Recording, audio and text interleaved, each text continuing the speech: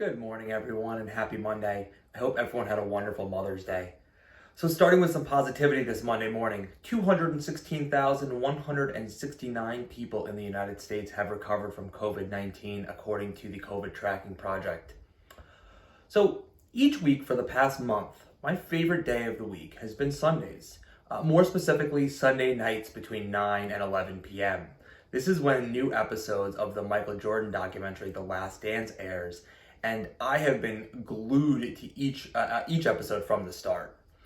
I'm a huge New York Knicks fan, and I grew up watching basketball in the late 80s and throughout the 90s, and I watched the Michael Jordan Bulls just absolutely torch my Knicks year after year. But I was lucky enough to watch Michael Jordan play in person on a number of occasions, and it's why I bring my son to see Aaron Judge play or to go see LeBron James play, even though the Knicks stink and going to their games is painful.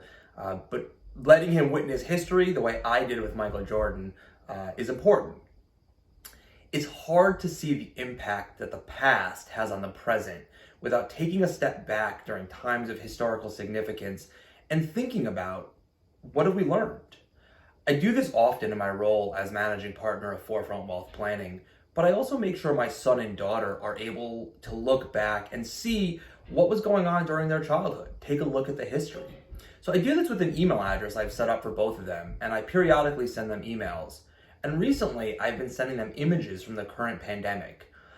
Pictures like empty Times Square, or a Banksy picture that he drew of a little boy playing with an action figure of a nurse, pretending that they are a superhero, while Spider-Man and Superman lay in a box close by. Images like that tend to be really powerful, and I want my children to be able to look back and see what was going on. This weekend, I sat down and I thought to myself, same question, what have we learned so far? So a colleague in the industry, Morgan Housel, he writes a fantastic blog that I follow, made a point in a recent blog post that made me think about all of this. He wrote, there are no atheists in foxholes and no deficit hawks in meltdowns.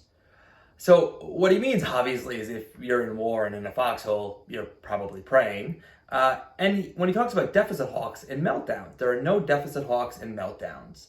Well, the CARES Act was a $2.2 trillion bill, and it passed the Senate 96-0. His point is clear, though. When you're faced with unthinkable, catastrophic difficulties and hardships, people are likely to adopt views previously thought unthinkable. Don't forget that Social Security was fought against viciously by the American people until the Great Depression. And suddenly, what was an unthinkable idea was quickly passed through the Senate and House, with very few casting a vote against. So what else have we learned from all of this? Well, I think we all have a better understanding that businesses, all businesses, operate on absolutely razor-thin margins. This isn't a lack of preparation on their part, or a way to blame businesses, frankly. More importantly, I think it's a glimpse into just how fine a line you walk when opening and operating a business, specifically a small business. What else have we learned? Well, the people we pay the least amount of money to are the most essential employees in the entire world right now. Nurses and doctors, of course, are vital at the front lines, right? That goes without saying.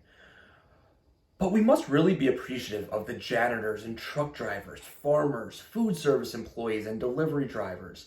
I can't tell you the sense of relief I have knowing my parents, who are in the highest risk category, same with my in-laws, can have groceries delivered or can order pizza on a day that they don't want to cook.